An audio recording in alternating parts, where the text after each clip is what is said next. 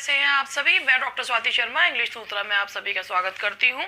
और हमारी जो गोल्डन सीरीज चल रही है, गोल्डन रूल्स की सीरीज, उसका ही आगे बढ़ाते हुए मैं आप लोगों को जो उसके आगे के रूल्स हैं वो बता रही हूँ।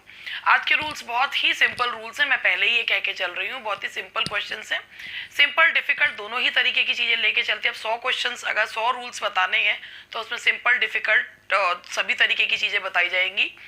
तो अब आप इसको देखिएगा। और बहुत सिंपल है कई बार, लेकिन सिंपल चीज़ों में ही लुढ़क जाते हैं। तो इसीलिए मेरा ये मानना है, और होता यही है कि जब डिफ़िकल्ट करते रहते हैं, सिंपल चीज़ें नहीं करते हैं, तो वो प्रॉब्लम हो जाती है। तो ये 100 गोल्डन रूल्स हैं। आज है 71 to 80 है, 2 पार्ट्स इसके रह गए हैं। यूपीटीजीटी इंग्लिश का बैच हमारा चल रहा है और एलटी का बैच भी चल रहा है। और चलिए अब रूल स्टार्ट करते हैं। और सबसे पहले आज आप लोगों को मैं नववर्ष की शुभकामनाएं देती हूँ। और ये नववर्ष आप लोगों के लिए बहुत ही ज़्यादा मंगलमय हो, आपके सारे सपने पूरे हों। जो भी चीज़ें पिछले साल नहीं हो पाई, वो ये जो जिन चीज़ों से आप चूक गए, वो चीज़ें आप लोगों को इस बार ज़रूर मिलें। और सबसे बड़ी बात ये है कि जब आप लोग नववर्ष को में अपने में एक ये चीज़ सोचिए कि दूसरों की गलती निकालने से पहले ना खुद को ये देख लें कि हम कहाँ गलत हैं। अगर एक बार आपने अपने पर ये सोच लिया कि हमें अपने इस पॉइंट को मजबूत करना है, हमने यहाँ पर हम पिछड़ गए थे और हमें आज इससे जो है इस पॉइंट को मजबूत करना है, तो आप यकीन मानिएगा जब इंसान अपने खुद की गलती पहचान जाता है ना, तो वो उसको इम्प्रूव करने की जब कोशिश करता है तो स्काई इज़ द लिमिट। और अगर वो दूसरों में ही गलतियां ढूंढता रह जाता है कि मेरी असफल होने का कारण ये व्यक्ति है या ये परिस्थिति है या ये हो गया, तो वो सिर्फ और सिर्फ एक्सक्यूजेस देता रहता है। तो एक्सक्यूजेस को छोड़िए, आगे बढ़िए। Happy new year to all of you. और आगे बढ़ते हैं। मैं कुछ ज़्यादा ही आगे बढ़ गई थी बिना आप लोगों को न्यू ईयर विश करे। तो चलिए, और इसके साथ ही अब हम लोग अपना पॉइंट जो शुरू करते हैं। तो ये हमारा पहला जो क्वेश्चन है, he behaves as if he was a king. इसमें बहुत से लोगों को ये समझने में दिक्कत होती है कि जब ये प्रेजेंट है तो इसमें क्या जो है क्यों इसके बाद वर लगता है। एक मैं चीज़ आपको ये बताऊंगी, हमें इससे कोई लेना देना नहीं है। अगर हमारे सेंटेंस में एज इफ आ रहा है तो एज इफ का मतलब होता है मानो। मानो मतलब कल्पना करो। मानो का मतलब क्या होता है? कल्पना करो। अब कल्पना करो कब की? कल्पना करो प्रेजेंट की, एक काल्पनिक सिचुएशन की। वो ऐसे बात करता है मानो देश का प्रधानमंत्री हो। मानो मतलब कल्पना करो देश का प्रधानमंत्री हो, यानी कि इस समय की काल्पनिक सिचुएशन हो। जब प्रेजेंट की काल्पनिक सिचुएशन बतानी होती है, प्रेजेंट की इमेजिनरी सिचुएशन के लिए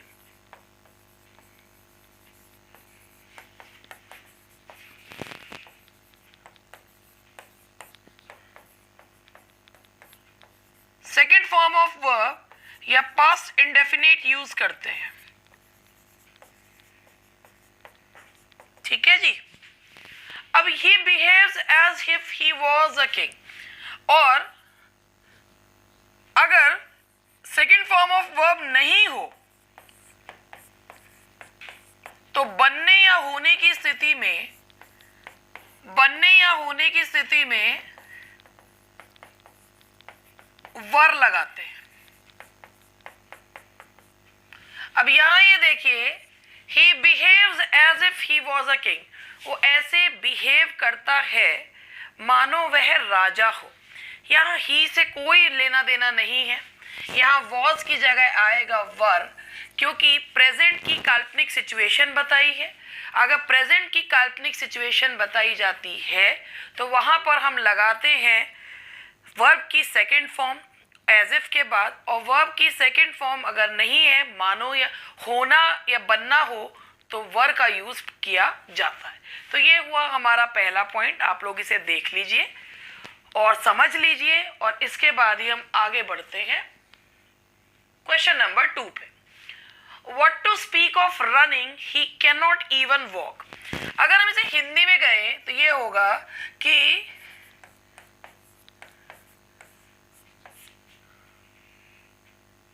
भागने की तो बात छोड़ो,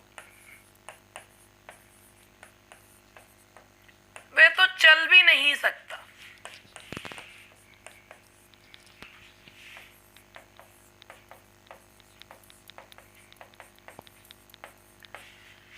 अब जब हम कहते हैं बात छोड़ो, भागने की तो क्या कहें, भागने की तो बात छोड़ो भैया, भागने की तो क्या कहें, वह तो चल भी नहीं सकता। तो जैसा हिंदी में लिखा उसे इंग्लिश में ऐसे ही ट्रांसलेट कर दिया। ये नहीं होता। क्या कहें के लिए यूज होता है not to speak of, what to speak of use नहीं होता। क्या कहें के लिए आपको जो करेक्ट फ्रेज है वो होता है not to speak of. Not to speak of running, he cannot even walk. या यूज करते हैं let alone running, he can't even walk. Let alone run, he can't even walk. या तो लेट अलोन होता है बात छोड़ो, let alone tea, he did not even ask for a cup of, he did not ask even for water. let alone भी होता है छोड़ो, और क्या कहे के लिए यूज करते हैं not to speak of, what to speak of exactly Hindi का इंग्लिश ट्रांसलेशन है। तो not to means क्या कहे, और what to जो है वो एक गलत फ्रेज है। तो ये रहा आपका ये वाला point. And now the next one is I dislike to see a film late in the night. देखिए अगर लाइक टू आ रहा है, लाइक आ रहा है, तो to plus first form of verb लगाते हैं।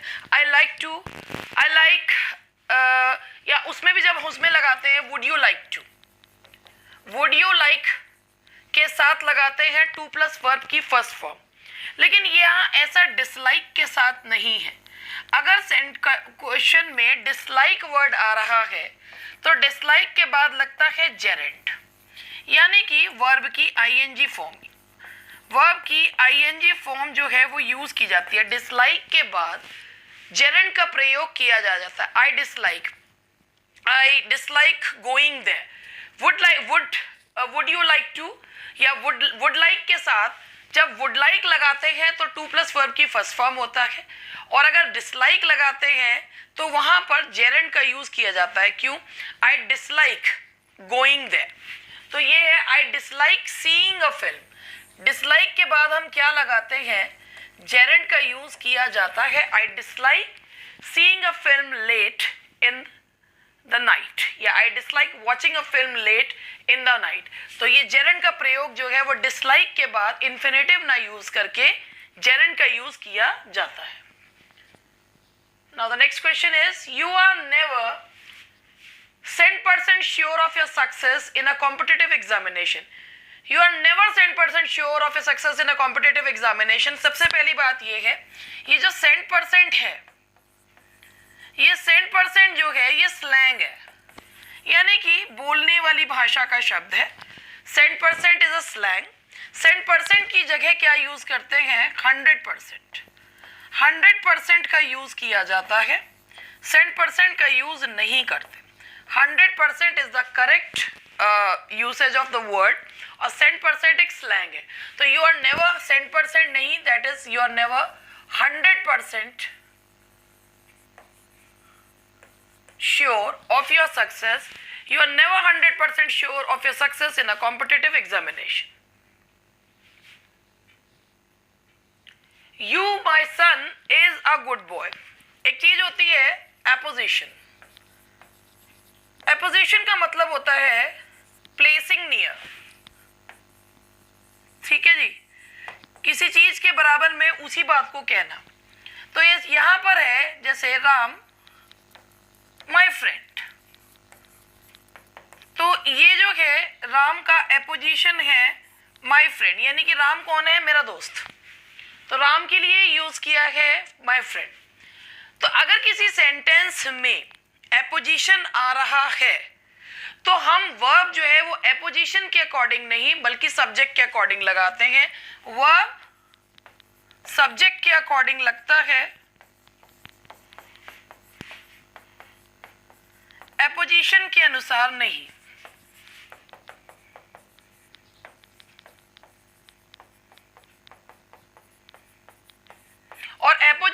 आगे और पीछे दोनों तरफ कॉमा लगता है, इसका मतलब होता है ये पैरेंथेसिस का काम करता है, यानी कि यहाँ पर ये एक्सप्लेन करने के लिए यूज किया गया है। ये उसमें हो तो और ना हो तो कोई फर्क नहीं पड़ता। अब अगर किसी सेंटेंस में किसी चीज के होने या ना होने से कोई फर्क नहीं पड़ता तो वर्ब उसके हिसाब से कैसे लग जाएगा। इसीलिए my son is a good boy, ये जो हिस्सा है ये एपोजिशन है और एपोजिशन के हिसाब से ये वर्ब लग गया है, ये गलत है। तो इसीलिए यहाँ पर हम क्या करेंगे कि ये जो है यू के हिसाब से लगाएंगे, तो ये होगा you are a good boy. Apposition के हिसाब से नहीं, ये वर्ब लगेगा वर्ब किसके हिसाब से, सब्जेक्ट के हिसाब से लगाया जाएगा। Now the next question is the house is built of brick. अब यहां पर ये देखिए जितने भी मटीरियल नाउन होते हैं, अब ये मटीरियल नाउन से आपके दिमाग में अगर लोहा, सोना, हीरा, मोती इत्यादि आ रहा है, एक चीज मैं आप लोगों को कह रही हूँ, इसमें बहुत से लोगों को ये लगेगा कि ये रूल्स बहुत ही सिंपल है, आज मैडम बहुत ही सिंपल रूल करा रही। हाँ जी, मैं बिल्कुल सिंपल रूल करा रही हूँ, क्योंकि महाज्ञानियों को तो वैसे भी मैं अपने चैनल से दूर रहने को बोलती हूँ। तो मेरा ये कहना है कि भाई जिन्हें आता भी है कम से कम वो भी एक बार रिवाइज कर लें। कई बार होता ही है कि बस बहुत आने के चक्कर में भी चीज़ें गड़बड़ हो जाती हैं। तो एक बार एक क्विक रिवीजन के पॉइंट ऑफ व्यू से है कि हाँ ये चीज़ भी हमें पता है। अगर आप मटीरियल नाउन आपने पढ़ा है तो मटीरियल नाउन में अगर किसी ने ये पढ़ रखा है लोहा, सोना वगैरह को मटीरियल कहते हैं, तो नहीं। मटीरियल नाउन का मतलब होता है जिस चीज़ से कोई चीज़ बनती है, जिस चीज़ से कोई चीज़ बनती है वो क्या होता है, मटीरियल नाउन। ठीक है, जैसे अगर हमने ये बोला कि अगर आप ये बोल रहे हैं कि ये कंगन सोने का बना हुआ है, तो अगर तब ही सोना मटीरियल नाउन है, नहीं तो सोना जो है वो एक कॉमन नाउन है। ठीक है, अब यहाँ पर ये कंगन सोने का बना हुआ, अगर आप बोलते हैं कि पानी हाइड्रोजन और ऑक्सीजन से बनता है, तो हाइड्रोजन और ऑक्सीजन मटीरियल नाउन में आएंगे। हाँ जी, बिल्कुल अजीब लगता है, मगर हाइड्रोजन और oxygen are material which are being used in making water. तो इसीलिए हाइड्रोजन एंड ऑक्सीजन क्या है, वहाँ मटीरियल का काम कर रही है। आप जिस भी चीज़ से कोई चीज़ बना रहे हैं, तैयार प्रोडक्ट को नहीं, जिस चीज़ से कोई चीज़ बना रहे हैं उसे क्या कहा जाएगा, मटीरियल नाउन। अब ये तो हुई पहली बात। मटीरियल नाउन अनकाउंटेबल होता है, मटीरियल नाउन अनकाउंटेबल होता है।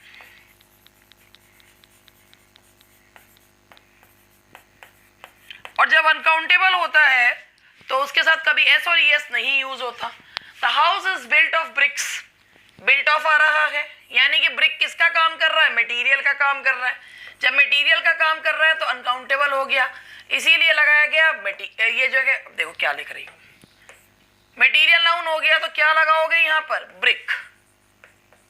और एक चीज ये याद रखिएगा, अगर आपने कहा I have placed an order for 100 bricks, तो बिल्कुल सही है, उस समय वो मटेरियल नाउन नहीं है, उस समय वो कॉमन नाउन है। लेकिन अगर आप उस ब्रिक से कोई सामान बना रहे हैं तो वही ब्रिक जो है वो मटेरियल नाउन बन जाएगा, और मटेरियल नाउन हमेशा अनकाउंटेबल होता है। Now the question number 7. The boy is my cousin who stood first in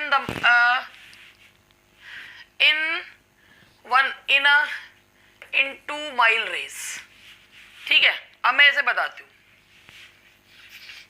in the mile race, in 2-mile race, जो भी है अभी। अब ये देखिए, एक होता है प्रिंसिपल क्लॉज,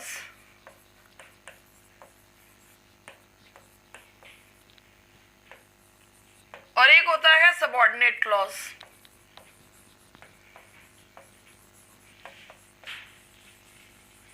ठीक है, अगर subordinate clause who, which, whom से शुरू हो, सबऑर्डिनेट क्लॉज अगर who, which, whom से शुरू हो,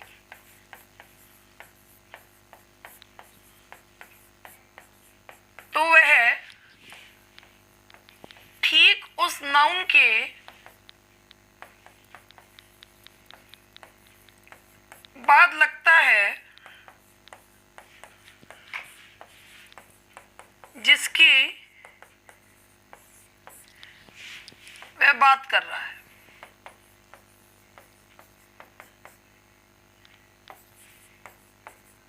अब आप इस सेंटेंस को देखिए, the boy is my cousin who stood first in the mile race. The boy is my cousin, आप ये देख रहे हैं, ये प्रिंसिपल क्लॉज है। Who stood first in the mile race, अब कजन की बात हो रही है या बॉय की बात हो रही है? माई कजन की बात नहीं हो रही, बात हो रही है वो लड़के की। The boy who stood first in the mile race is my cousin. तो ये जो नाउन है, इसके ठीक बाद आप सबऑर्डिनेट क्लॉज रखेंगे। तो ये सेंटेंस ऐसे बनेगा, the boy who stood first, the boy who stood first. ये इस तरीके से पूरा आएगा, इज माई कजन बाद में लगेगा। तो जब भी कभी सबऑर्डिनेट क्लॉज हु, हुम, विच से शुरू होता है तो ठीक उस नाउन के बाद रखते हैं जिसके बारे में जैसे वो मॉडिफाई करता है, जिसके मॉडिफाई नहीं, जिसकी क्वालिटी बताता है, जिसकी, क्योंकि वो एडजेक्टिव क्लॉज होता है, तो जिसके बारे में वो बताता है, उसके जिस नाउन के को वो क्वालिफाई करता है, ठीक उस नाउन के बाद उसे रखा जाता है, क्योंकि वो एडजेक्टिव क्लॉज होता है। Now question number 8, a man like I will not do it. अब इस तरीके के सेंटेंस में सबसे पहले आप ये समझ लीजिए, अ मैन लाइक, ये लाइक है क्या जी? इस तरीके का क्वेश्चन ने टीजीटी में भी घुमा दिया था। ये लाइक है जी प्रेपोजिशन, ठीक है जी। पहली बात इसमें जो है, ये विल जो है, ये आपका हेल्पिंग वर्ब है। तो भाई वर्ब के पहले तो सारी चीजें नॉमिनेटिव केस में आनी चाहिए, तो इस केस में यही चीज ऑब्जेक्टिव केस में क्यों आएगी? तो इसका रीजन दे रही हूं। लाइक प्रेपोजिशन है, अ मैन लाइक कैसा, हाउ का जवाब दे रहा है, अपने बाद नाउन प्रोनाउन ले रहा है, तो प्रेपोजिशन है। अब जब प्रेपोजिशन आता है तो प्रेपोजिशन अपने बाद क्या लेता है? प्रेपोजिशन अपने बाद प्रोनाउन ऑब्जेक्टिव केस में लेता है।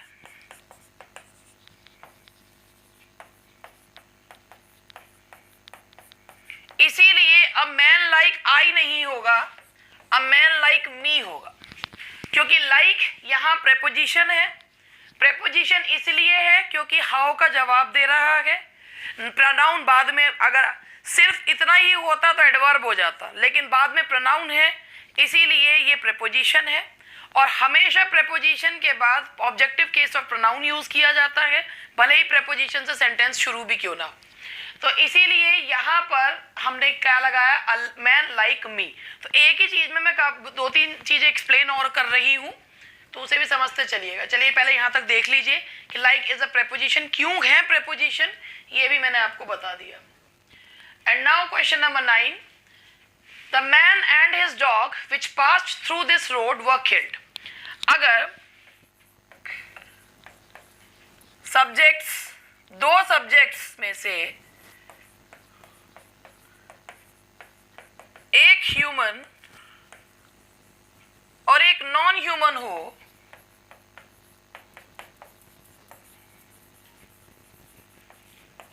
तो रिलेटिव प्रोनाउन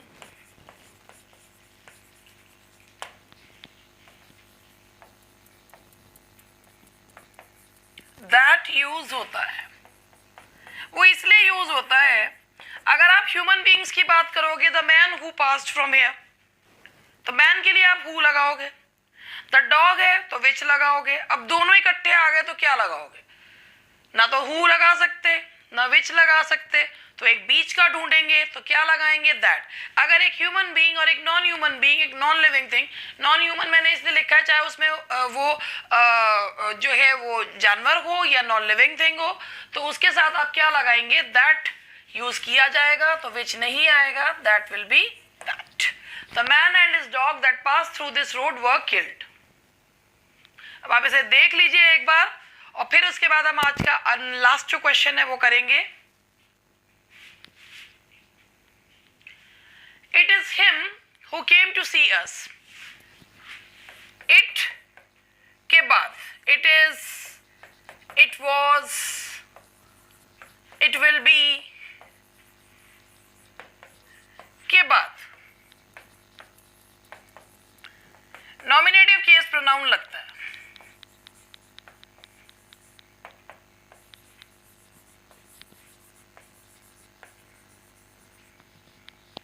अब क्यों यूज होता है भाई? बोलने में आप कुछ भी बोल लो, इट्स मी। तो क्या ये अब मी का मतलब क्या होता है? ये मुझे हूं। मैंने कहा अ मैन लाइक मी, मेरे जैसा आदमी, मुझ जैसा। गिव मी, मुझे ये दे दो। तो मी जो होता है ना, उसका मतलब होता है मुझे। अब अगर आप बोलते हैं इट्स मी, तो मतलब होता है ये मुझे हूं, और आप बोलना चाह रहे हैं ये मैं हूं। तो इट के बाद आप किसको जोड़ जो दे रहे हो, किस पे दे रहे हैं? खुद पे दे रहे हैं, सब्जेक्ट पे जोड़ दे रहे हैं। That is why we'll place nominative case. Why? क्योंकि हम सब्जेक्ट की बात कर रहे हैं, तो इसीलिए इट्स हिम नहीं आएगा, it's he who came to see us. So ये थे आज के 10 क्वेश्चंस। होप ये क्वेश्चंस, ये पॉइंट्स आपको समझ में आए हो। हालांकि क्वेश्चंस पॉइंट्स बहुत इजी थे, और मैं तो पहले ही कह देती हूँ, अगर मुझे कोई चीज़ साधारण लगती है तो मैं उसे बता देती हूँ कि साधारण, उसको असाधारण बना के नहीं वो करती हूँ। साधारण थे मगर फिर भी जरूरी थे, इसीलिए आप लोगों को बताए। और फिर उसी मंगल कामनाओं के साथ आज के लिए विदा लेती हूँ, और आपसे मिलूंगी कल। Good bye and have sweet dreams, और जागती आंखों से सपने देखें और सपनों को जरूर पूरा करें। Good bye.